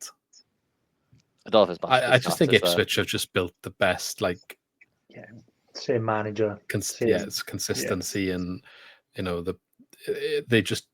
looked like the ones that maybe would have stayed up as well last year. Yeah, they did make a bit of a better fist of it, didn't they? Best manager in the league, best starting 11, best squad. It's like you can't not put them top for me. Honestly, they're obviously another. Sorry, go on. I was gonna say I'm to sell Broadhead because they got too many wingers, and all of those wingers would start for any team in the league, basically. Yeah, and they you could say they even went up too early because they came up straight from League One, didn't they? And then went straight up, and they've still kept but they can consolidate with the money. That's what I mean. So they've gone up and they've just said like, well, we'll have a free hit and we'll come back down with this. It hasn't torn them apart. Like they didn't sack the manager. They didn't have an horrendous season. They haven't lost loads of players. So they're kind of just a better version than what they were when they went up last time. And I said it before. I think they're one of the best sides I ever saw down here when they were in the Championship, and I think they're going to be even better this year. And they've just sold Liam Delap for $35.5 million as well, which is nuts. Wow. The only good thing to flag off the back of Ipswich is that quite a few of them were making out like Burgess was their best centre back last season. We're still putting them top of the table, but we've got arguably the team who we think will finish top of the table's best centre back from last season in the Prem. So good for us. Yeah, it is good for us. They signed Ashley Young at age 40 years old. Yeah, so random. That's such a random signing. One they were trying. Sorry, go on. David Button, goalkeeper. Like he's like a football manager legend, isn't he? No comment means nobody knows who he is. I did try and comment. I lagged out. Is he like the second choice keeper? I don't think he's signed to be first choice, but I just his name floating around for years. I think on one they did try and sign was Hayden Hackney from Borough, and I was hoping they would go into they'd weaken Borough on the opening week. But that would have been like 20 mil, but Hackney just turned them down in the end to stay home club. Fair play to him. But I've just noticed they've signed Cedric Kippery, centre back from. Oh, how did you not bloody notice? I was just watching the Kippery picture of him, like Cabango in one hand and Darling in the other hand circulating, and every Swans fan pointed out they lost this game, man. They lost this game, man. Yeah. What video is that? It's just a picture of Kippery in the derby, and he's just got Cabango in one hand and Darling in his other hand, and looking all angry, and the Cardiff fans. Oh, right. And the Ipswich fans. Were they? You lost the game. Was he that good for them? They got relegated for them. No, he was a good player. My point is, obviously, we were talking about Burgess coming to us on a free transfer. They've gone in to get him on loan. Like, that's odd, yeah. Burgess wouldn't have been starting for them, though. It's the truth. Guess he chose to leave rather than. It's because it's Greaves is the issue because he's left-footed as well, and they paid 20 mil for him. He's gonna get better, so they were gonna prioritise Greaves and kept Braze for the other side. Well, that's Ipswich anyway. Anything on Ipswich, Lee? No, I think they're going to be a better version than what they were when they went up last time. So I think watch his space. They were frightening last time. And Southampton is it Will Stills come in? Yeah, one of the youngest managers in the Championship that's literally ever been there. He was linked with Sunderland for ages last year when he came from France, he? Yeah. He's highly rated, isn't he, for future? Yeah, and points Southampton there more because of the squad rather than him because he's a bit of an unknown. But again, it's just the depth of the squad coming down from the Prem. Even though they didn't do well last year, they're the same squad pretty much that should have gone higher under Russell Martin than they actually did. So for me, it's that again. Though I think, like we said, teams go up and they build to almost come back down. Like the squads they come back down with, their squad will be well up there. I guess will Nathan Wood have a full season? Maybe starting, maybe. Kyle Walker-Peters has gone on a free transfer. Yeah, that was West Ham. That's got in for them, isn't it? He was a big player for them. I think he was one of their better performers last year. When they came down last year, he was the one that they had to keep. And then Aaron Ramsdale's gone to Newcastle on loan. I don't think they'll care as much about that. No, but it's interesting it's on loan. I feel like, obviously, if they go back up, he's going to just come back and That's Newcastle knowing they don't know what version of Aaron Ramsdale they'll get, though, probably. Because sometimes he's class and sometimes he don't know, he knows what he's doing. So He's still only 27, mind, and he's kind of gone to the top of Arsenal and already failed.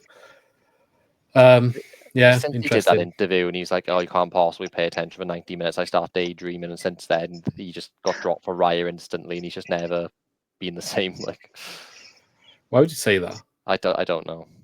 It's PR training basics, isn't it? Jan Bednarek's gone and Suleimana has gone as well, but you expect it. That's why I'm surprised that Leicester haven't really lost any big names like that. But it's crazy. You get relegated, you get all this parachute money, and then you sell all these players for multi-million pounds as well, isn't it? That's why they keep bouncing back up. Shall we see how the average table looks like? Yeah, let's have a look at the average. I know I said at the beginning we were going to go. I don't know if I'm going to have to fix this. I had to fiddle with it during the pod because I realised something was wrong with it. So hopefully this is all looking okay now. I'm sure it will be.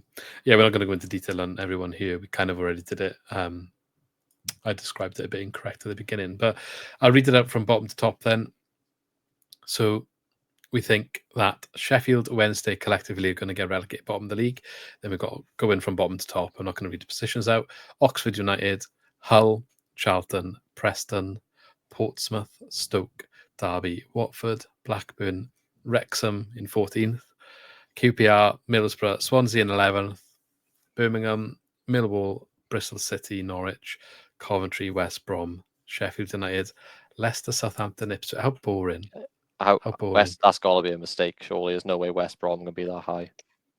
We've got Bristol City as 8th as well. I mean, none of us had them above. Oh, see, I knew. Yeah, but isn't it like... Nah, this is something's gone wrong, I'm telling you. Oh, no. Technical difficulties on the podcast. You're watching a live reaction to Fix in Excel right now.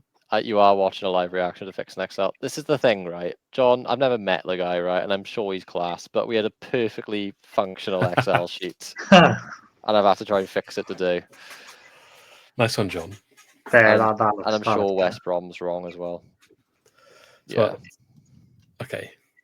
Well, it's a good thing. I think, while we're doing that, I think overall, we've pretty much got the same kind of. And that's what I was going to say, going back to the Wrexham and Birmingham thing, is that for me, I think we've comfortably kind of got the top 7 teams, Ipswich, Southampton, Leicester, Sheffield United, Coventry, Norwich, West Brom. We all kind of agree they're kind of the top 7-ish.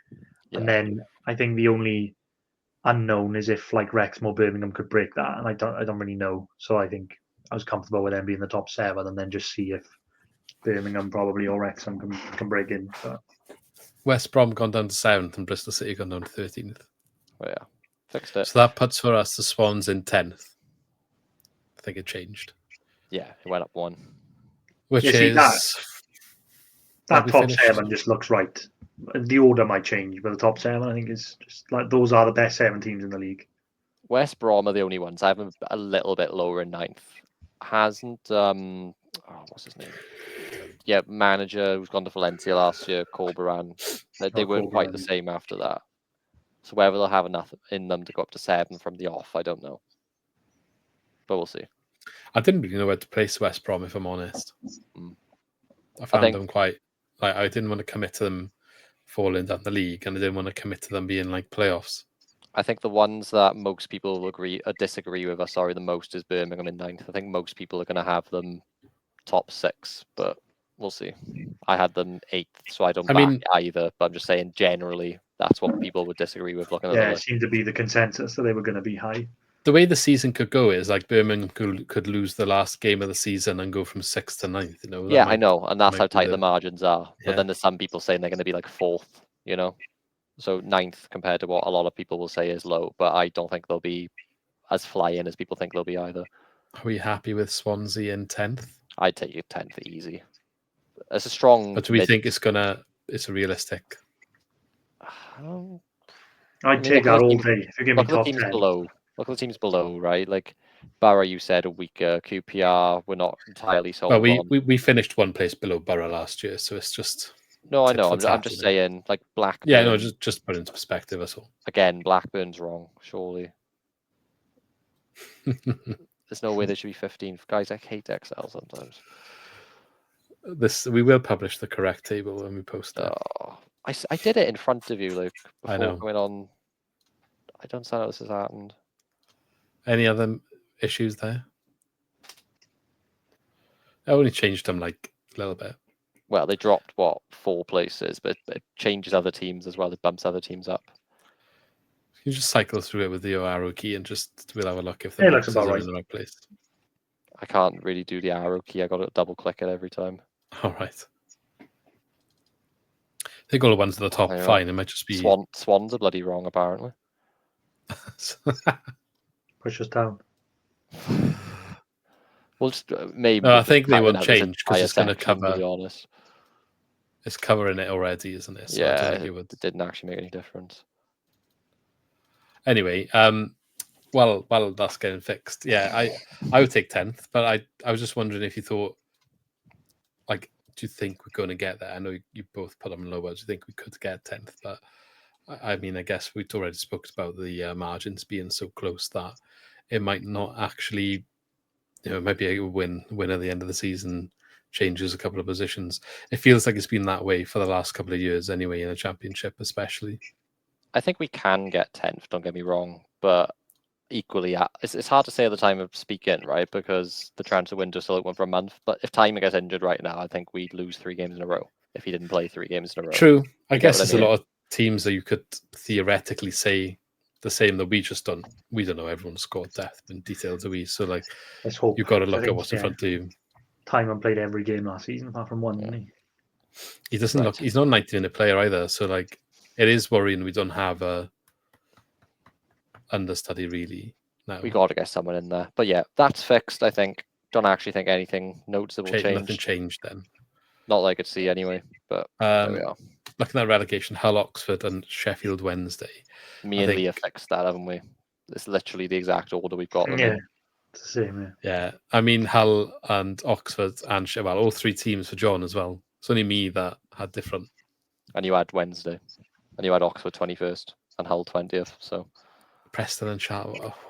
That's like you 3 are all banking on the same teams there. I could really get some points here come the end of the season if that doesn't materialize. True.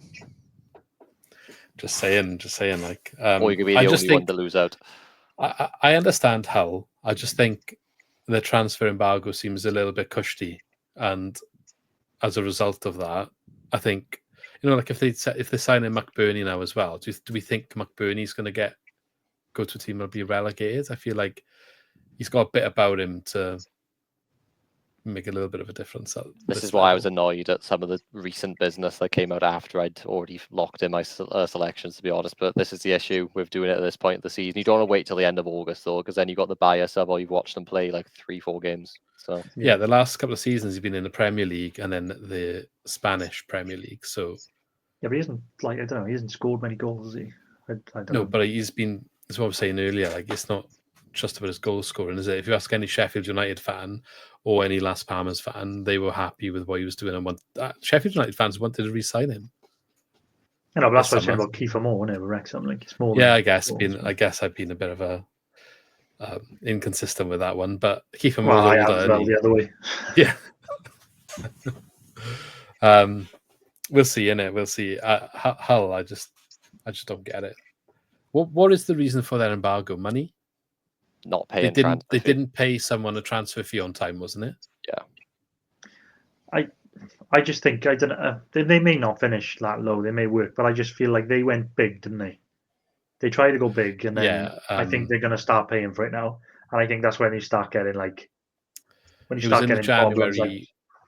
The season before last in January, and then they sacked the manager because it didn't pay off, and then last season was horrendous for him. Yeah, I just think like once you start getting into those sorts of problems, be off the pitch. Like I know it's not as bad as Wednesday, but then you start getting like bad feeling with the fans, and it's just a bit negative all around, isn't it? But I wasn't surprised to see the embargo after that January window. I remember we were talking about it, saying they're definitely going to catch up with them, and it did. Yeah. Still can't believe they sacked Liam Rosenior after finished. Where's he gone now? He's in France. I swear he's like near the top of the table with whoever he's gone to. Fair enough. Score predictions. Yeah, score predictions. While you're getting that ready, the last thing. Have you got the sheet up? Yeah. Okay. Yeah. The last thing I wanted to touch on was only quickly was there was a table put in by Opta suggesting that Swansea are going to have the most difficult start of the season across their first 9 games. So may that trend of starting slow continue then. Yeah. But so I was a bit gutted. Really. It could go 2 ways, really, couldn't it? So like Sheehan, as someone mentioned earlier, is already under a bit of pressure from the fans for whatever reason. Seems a bit silly from some areas. If this is the hardest start in the league on paper, in theory, and maybe we don't get off to the best start, I just feel like that gives the wrong ammunition. That maybe a bit prematurely, when clearly factually we've got a difficult start. So it might be like, in context, there might be a bit of element of like, fair enough if we don't get off to the best start. Just don't think it'll be seen that way on social media. I don't know how, mind, because like you look at some of the games we have, like was it Watford, Sheffield Wednesday, Hull, Blackburn, and there's some hard games mixed in there, but they're not necessarily like ridiculous fixtures though. It's just the average, isn't it? Like, to be fair, Borough and Sheffield United's a hard start, isn't it? And Borough depends. First 3 is hard. Borough, I don't know. Like, it can be a hard start, but then Birmingham's there. Everything we're getting told is like, oh, they're not. Millwall, Leicester. Yeah, it's not. I think, to be fair, right, Sheffield Wednesday is on here, and it's got a bit of a tint to it, like so the Opta have worked out average opponent rating based on, I think, some stats from last year, right? And they've shaded them in a different colour as a result of that. So that's what they've used to create an average opponent rating. And Swansea's average opponent rating is 81.6, which is the highest for the 9 games. Like Sheffield Wednesday away was probably tough last year, wasn't it? Yeah. But the lowest is 80.1. So it's not much of a difference between the top to bottom of this table. Yeah, over 9 games, probably not. Is it? Like, yeah. Game so like 3 to 5, for example, Watford, Sheffield Wednesday, Hull. I'd aim for 9 points there. You know? In context now, Sheffield Wednesday should be a lot different to what is in this graph, and I think that would change maybe the results. But it's just Opta, and they saw stats, and it depends how much you want to read into it. But yeah, we'll come back to that perhaps in 9 games' time. So we have introduced a couple of new rules here. Ben hasn't updated the table in accordance with them, but it will happen in due course. So we're going to add in a column. First of all, I do the match previews. So if you want to check those out, they'll be on the channel. I've done the Middlesbrough one. So we're going to add in a column for that result. And we're also going to add in a column that is purely 1-1. And I'm not going to lie, we did steal the idea from Do Not Scratch Your Eyes, the Watford podcast. So credit goes to them. But the idea is 1-1 is just a sitting on your fence sort of score. And they calculated over some seasons, essentially, that if you just said that every week, you'd be quite competitive in the league. So they took it away from being an option and made it like its own person, if you like. So every week, 1-1 will say 1-1, and we'll just see how many points that gets by the end of the season. And I guess the goal for all of us is to be better than that as the minimum. Yeah. So, and the other rule that we will maintain is whoever has the lowest number of points in the top right gets to go first, and then whoever's the second most goes second, and whoever's the most goes last. But right now it's 0-0-0, so just go off of whoever lost last season. I believe it was Lee, is it? Yeah. You want the honours. And we can't pick the same score, but that's excluded for the opposition preview because they're not going to be in the same call as us. So we can duplicate that score, but no one else is. And also we need there to be a forfeit for the loser, and we are not creative enough to think of one ourselves. So if you've got any ideas, leave it in the comments. We did agree nothing involving wearing a Cardiff shirt in any capacity. We're not anything Cardiff City whatsoever. So if you've got any ideas, let us know in the comments, please. We will try and make a forfeit for this season because Lee got away with it last year, let's be honest. It was a trial run last year. This is I don't actually know if we presented the findings of this. Yeah, it's going to be my year. We did. We drew technically, Luke, but then we said you won on a tiebreaker because you had more correct score lines. Oh yeah. I'll take so that. Nobody won last year. I was like last at Christmas. I'm sure I was. You were, and then I introduced the rule of letting you pick first every week and not picking the same score, and you shot up. So Lee, what are we going to have for the first game of the season? First game, let's go 2-0 Borough. Positive. Like it. We never start well, ever. Even last year, we only lost 1-0. Yeah, it's real. Ben? I was going to go 2-0. Not going to lie. I'll go 2-1 Borough. Oh, you've taken my score.